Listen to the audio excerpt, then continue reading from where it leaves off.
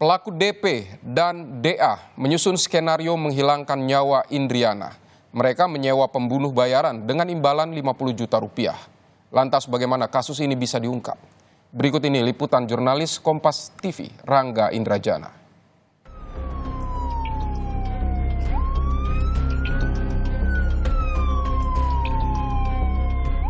Motif dari perkara ini adalah cinta segitiga antara tersangka DA, tersangka DP, dan korban.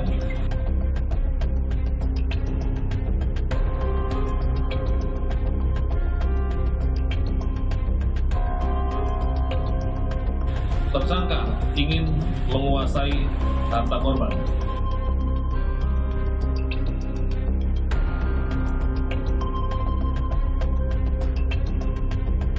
Semuanya pelakunya dihukum yang setimpal, yang seberat-beratnya. Anak saya nggak ada, apalagi kita ini orangnya kita kenal. Kalau bisa sih kita semuanya pengennya dihukum mati.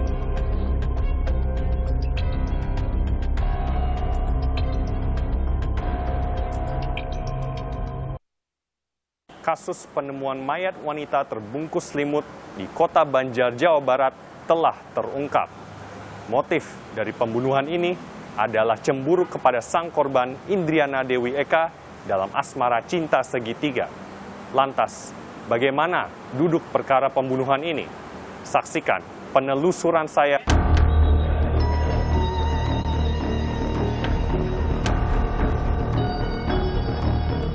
23 Februari lalu, warga Kota Banjar, Jawa Barat digegerkan oleh temuan jenazah wanita terbungkus selimut dalam kondisi membusuk. Petugas sempat kesulitan mengevakuasi korban karena berada di tepi jurang. Korban diketahui bernama Indriana Dewi Eka Saputri, warga Cipinang, Jakarta Timur. Sempat jadi teka-teki, akhirnya polisi dapat mengungkap kasus ini.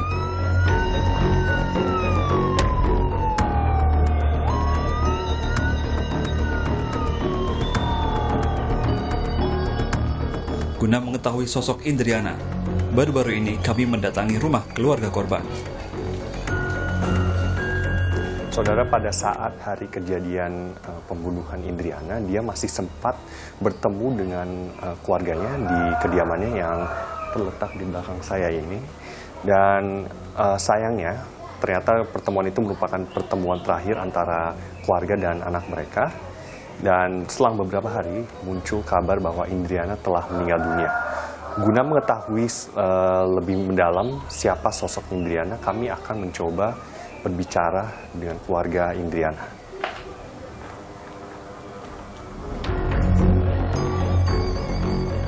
Suasana duka masih menyelimuti keluarga Indriana. Masih terbayang dalam ingatan Endang. Hari Rabu tanggal 20 Februari, ia mengantar anak kesayangannya ke kantor. Saat itu, Endang tidak mengetahui sang anak hendak pergi ke puncak lantaran Indriana tidak pamitan pada keluarga. Ya biasa, kan saya bilang, Bu doain ya Bu, supaya ini nanti nggak ada masalah apa-apa di kantor. Ya tiap hari ya emang Ibu juga doain, biasa gitu aja sih. Ya, kalau masalah ke puncak atau apa saya nggak tahu. Nggak tahu, itu mah di luar pengetahuan saya. Soalnya cuman ya pokoknya berangkat kantor aja udah, saya antar, saya pulang sore. Dia jam 8 dia ngechat, Bu udah sarapan, soalnya kan bawa bekal dari rumah. Dia makan, dikirim foto makanannya, udah gitu aja, ya udah. Perempuan Parubaya ini tidak curiga Indriana tidak pulang selama beberapa hari. Lantaran ia sempat menerima pesan WA dari Indriana. Belakangan diketahui pesan tersebut dikirim oleh DP, salah satu pelaku, agar ibu korban tidak curiga. Karena kita di sini juga sebenarnya sih udah berapa hari saya cari-cari, saya udah cari tahu di mana, dia itu di mana gitu, kita udah cari-cari tahu, cuman kita belum ketemu. Nah, pas kebetulan hari Senin pagi itu masih ada chatan masuk dari HP Indri. Ya juga nggak tahu itu yang ngechat siapa, kita juga nggak tahu, cuman bahasanya sih kayak bahasa Indri, kita ya namanya kita orang tua, masih ada chatan masuk, masih seneng. Nggak taunya nggak lama, siang jam 2 telepon polisi. Saya ya lebih kaget lagi kalau ditemukan jenazah yang nggak tanpa identitas itu oleh anak saya. Ya itu saya lebih kaget lagi di situ.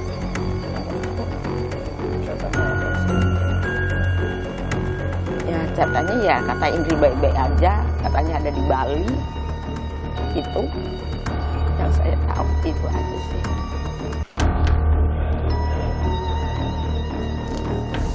Indriana telah pergi selama-lamanya. Gadis 24 tahun ini pergi membawa cita-citanya yang belum tercapai. Sebuah papan putih menjadi saksi bisu sejumlah harapan Indriana untuk orang tuanya. Pihak keluarga hanya berharap para pelaku mendapat hukuman setimpal.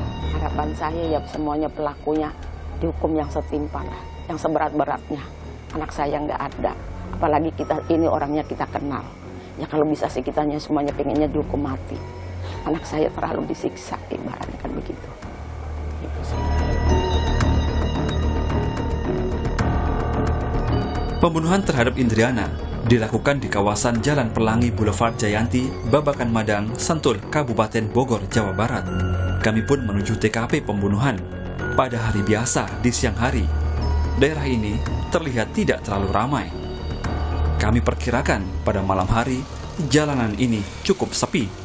Saudara, kami kini berada di luar kawasan Bukit Pelangi Sentul, di mana Didot dan Reza melakukan aksi pembunuhan terhadap Indriana.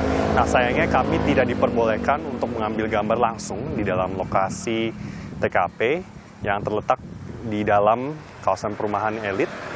Dan memang kalau dari pantauan kami melalui kawasan tadi, kawasan tersebut memang pada malam hari cukup sepi. Dan lokasinya juga di turunan sehingga sulit terlihat oleh kendaraan yang melalui bundaran dekat lokasi pembunuhan tersebut.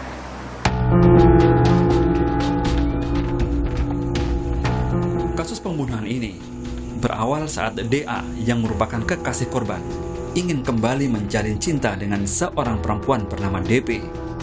DP bersedia dengan syarat DA harus menghilangkan nyawa korban.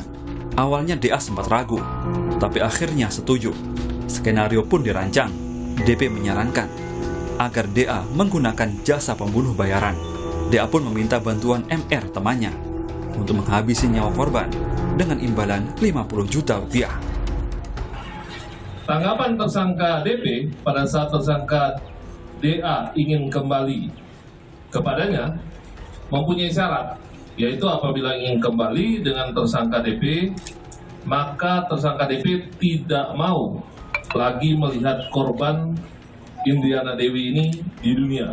Itu tersangka DP dan tersangka DA menyewa temannya, yaitu tersangka MR sebagai eksekutor, untuk menghabisi nyawa korban Indriana Dewi dengan imbalan sebesar 50 juta rupiah.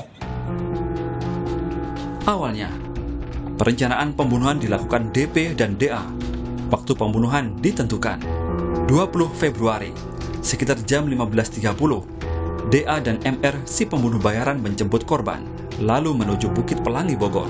Setelah makan bersama, ketiganya pulang. Di tengah jalan, di sekitar Jalan Pelangi Boulevard, Babakan Madang, DA pura-pura ingin buang air kecil, menghentikan mobil. Saat keluar mobil, DA memberi kode agar MR membunuh korban. Setelah korban tewas, keduanya kembali ke Jakarta menjemput DP untuk mencari lokasi pembuang jenazah korban. Pada 23 Februari, para pelaku membuang jenazah korban di pinggir jurang di Desa Neglasari, Kota Banjar, Jawa Barat.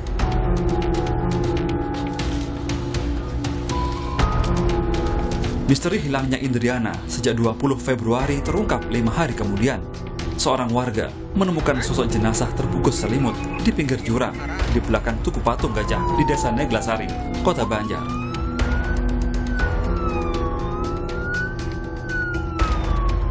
Pun pengungkapan perkara ini berdasarkan adanya laporan polisi nomor LPA 32 Romawi 2024 di Polres Kota Banjar, Polda Jawa Barat, pada saat pembuangan mayat korban, yaitu di Dusun Cirengkong, RT 17 RW 9, Dusun Neglasari, Kecamatan Banjar, Kota Banjar, Jawa Barat.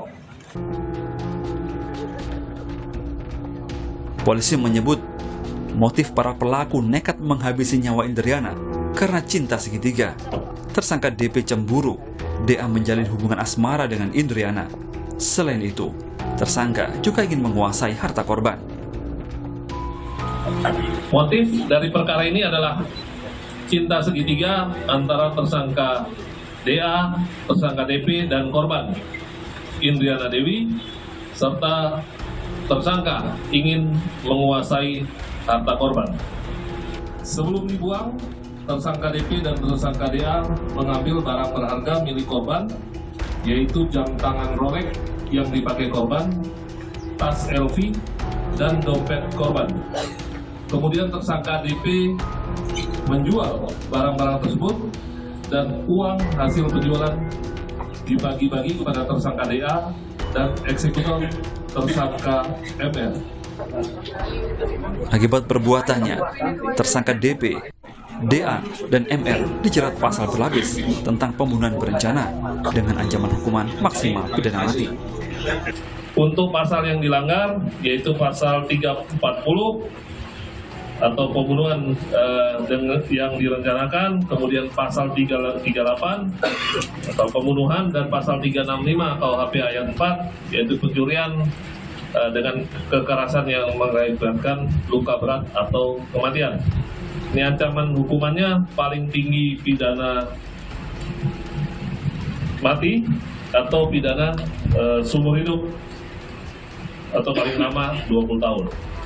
Akibat tersulut rasa cemburu, tersangka Devara berani merencanakan pembunuhan terhadap Indriana Dewi Eka. Namun mengapa sang tersangka sampai hilang akal dalam menghilangkan nyawa dari korban? Kami akan mengulasnya bersama para ahli selengkapnya di Gelar Perkara.